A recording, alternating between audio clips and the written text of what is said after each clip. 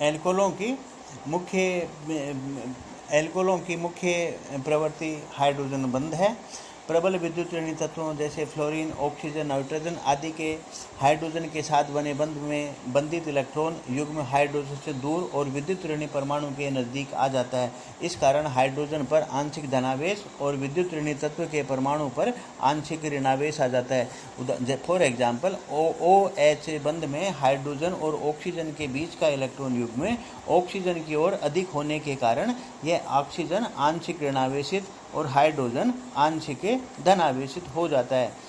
एल्केनॉल में एक अणु के OH समूह का आंशिक धनावेशित हाइड्रोजन परमाणु दूसरे अणु के OH समूह के आंशिक ऋणावेशित ऑक्सीजन परमाणु को अपनी ओर आकर्षित करता है तथा स्वयं उसके द्वारा आकर्षित होता है। इस प्रकार उनके मध्य एक स्थिर विद्युत आकर्षण बल स्थापित हो जाता है और दो या दो से अधिक अणु आपस में जुड़कर एक संगुणित अणु बनाते हैं। इन अणुओं का इस प्रकार से जुड़ना आणविक संगुणन मोलिकुलर एसोसिएशन कहलाता है। एल्केनॉल अणुओं के संगुणन को निम्न प्रकार से दर्शाया जा सकता है।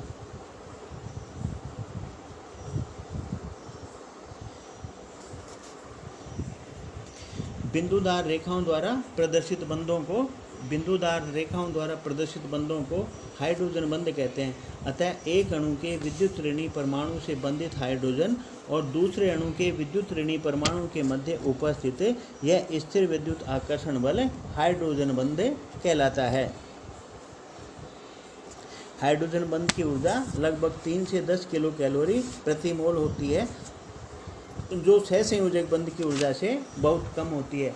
हाइड्रोजन बंध दो प्रकार के होते हैं।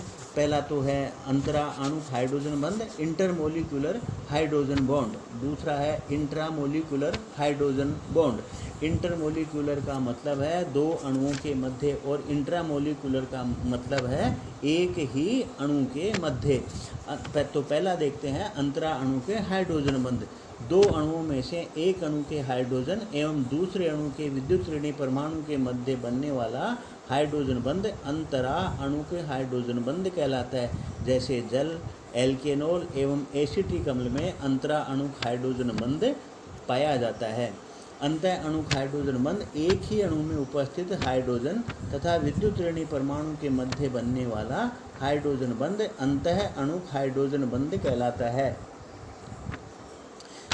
उदाहरण के लिए यह अंतः अणुक हाइड्रोजन बंध ऑर्थोक्लोरोफिनोल, सैलिसिल एल्डिहाइड और ऑर्थोनाइट्रोफिनोल आदि में पाया जाता है। हाइड्रोजन बंध का प्रभाव अंतरा अणुक हाइड्रोजन बंध के कारण यौगिक के एक से अधिक अणुओं का संगुणन हो जाता है। यौगिक के एक से अधिक अणुओं का संगुणन हो जाता है, जिससे उनके मध्य आकर्षण बढ़ जाता है। फलस्वरूप गलनांक व क्वथनांक के मान अधिक हो जाते हैं, क्योंकि इन हाइड्रोजन बंधों को तोड़ने के लिए अतिरिक्त ऊर्जा की आवश्यकता होती है। एल्केनॉल के अणुओं में भी अंतरा अणुक हाइड्रोजन बंध के कारण आणविक संगुणन हो जाता है, जिसके फलस्वरूप इनके क्वथनांक समान अणुभार वाले अन्य यौगिकों जैसे एल्केन, एल्किल हैलाइड, ईथर आदि से अधिक हो जाते हैं। इसी प्रकार ऐसे अणु जो जल के अणुओं के साथ हाइड्रोजन बंध बना सकते हैं, जल में विलय हो जाते हैं। यही कारण है कि निम्नतर एल्केनॉल जल में विलय है, जबकि उच्चतर एल्केनॉल में हाइड्रोकार्बन भाग बड़ा हो जाने के कारण उनके जल के अणुओं के साथ हाइड्रोजन बंध बनाने की सामर्थ्य कम हो जाती है और फलस्वरूप उनकी जल में विलयता घट जाती है। अंतः अणुक हाइड्रोजन बंध से विलय बनने अथवा किलेशन की स्थिति हो जाती है और किलेशन से द्रवणांक व क्वथनांक में कमी आ जाती है। ऑर्थोनाइट्रोफिनोल में किलेशन संभव है, अतः इसका द्रवणांक कम हो जाता है और यह एक वाष्पशील पदार्थ है। जब एल्कोहलों का इंफ्रारेड स्पेक्ट्रम की बात करें तो इनमें एक तीक्ष्ण और चौड़ा बैंड OH स्ट्रेचिंग के कारण 3650 से 3200 सेंटीमीटर इनवर्स रीजन में प्राप्त होता है।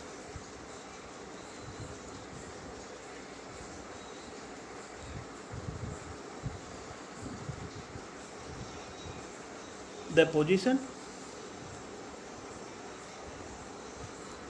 The IR spectra of alcohols display strong and broad absorption due to H stretching vibration in the region 3650 to 3200 centimeter inverse.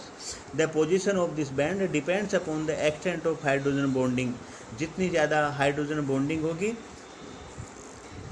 उतना ही इसकी इस बैंड की पोजीशन डिपेंड करती है।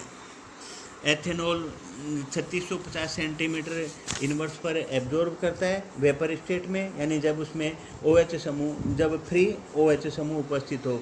बर यदि जब इसका सॉल्यूशन में हो तो ये इसके ये पीक चौड़ी हो जाती है और ये लोअर वेव नंबर यानी 3350 सेंटीमीटर इनवर्स के आसपास ही आ जाता है। इसका मतलब ये है कि हाइड्रोजन बंध से OH समूह की स्ट्रेचिंग फ्रीक्वेंसी घट जाती है।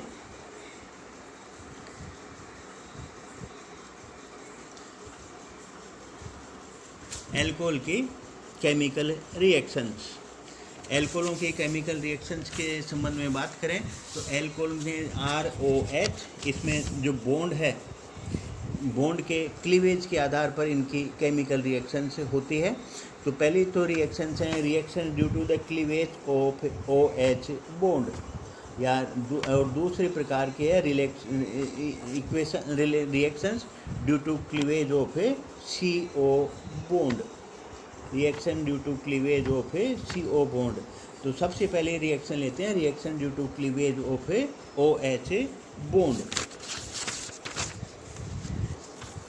एल्कोहलों की अम्लीय प्रकृति, एल्कोहल अति दुर्बल अम्ल होते हैं। अधिकतर एल्कोहलों के अम्लीयता, इनके जो स्थिरांक हैं वो इनकी कोटि 10 की कोटि 10⁻⁻18 तक होती है।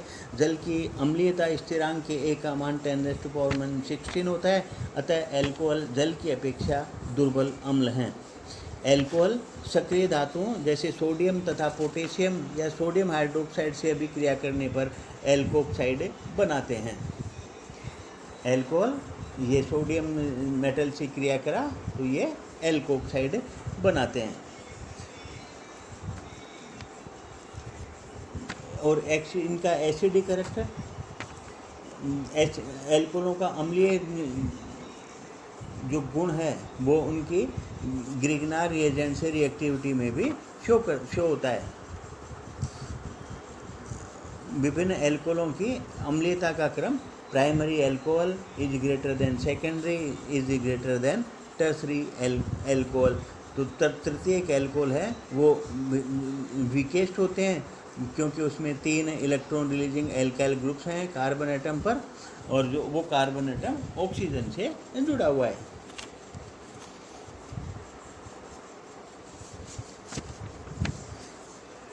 एल्कोहल सक्रिय धातुओं से क्रिया करके एल्कोक्साइड बनाते हैं।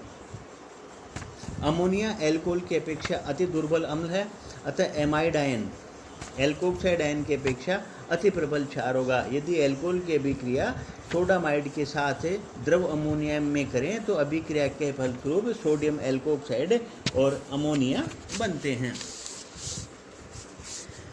इसका तृतीयक ब्यूटिल अल्कोहल मेथनॉल की अपेक्षा कम अम्लीय है, अतः तृतीय ब्यूटोक्साइड आयन मेथोक्सोड आयन की अपेक्षा प्रबल क्षार होगा। इसका स्पष्टीकरण इस प्रकार से दिया जा सकता है कि एल्किल समूह का प्लस आई प्रभाव होता है, अतः प्राथमिक से तृतीयक एल्कोहल की ओर जाने पर CO बंध के इलेक्ट्रॉनों का ऑक्सीजन परमाणु विस्थापन अधिक होगा।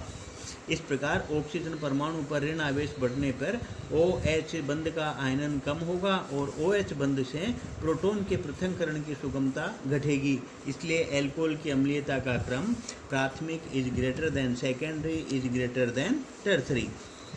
यदि बीटा प्रतिस्थापित एल्कोहल पर विचार करें तो प्रतिस्थापित समूह का -I प्रभाव बढ़ने पर एल्कोहल का अम्लीय गुण बढ़ता है, क्योंकि CO बंध के ऑक्सीजन पर इलेक्ट्रॉन घनत्व कम हो जाता है, जिससे OH बंध के इलेक्ट्रॉनों का ऑक्सीजन परमाणुओं की ओर विस्थापन बढ़ जाता है, जिससे प्रोटॉन की उपलब्धता बढ़ जाती है।